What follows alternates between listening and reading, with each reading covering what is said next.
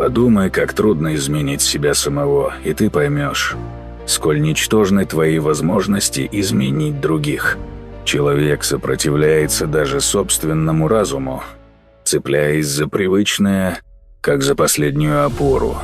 Мы охотно ищем изъяны в окружающих, потому что так легче избежать честного разговора с собой.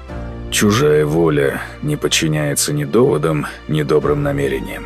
Любое давление рождает не рост, а скрытое или явное сопротивление.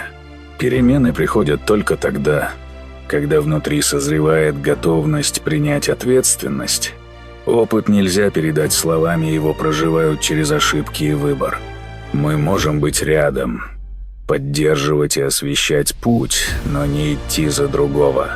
И потому единственная подлинная сила человека начинается с внутреннего изменения.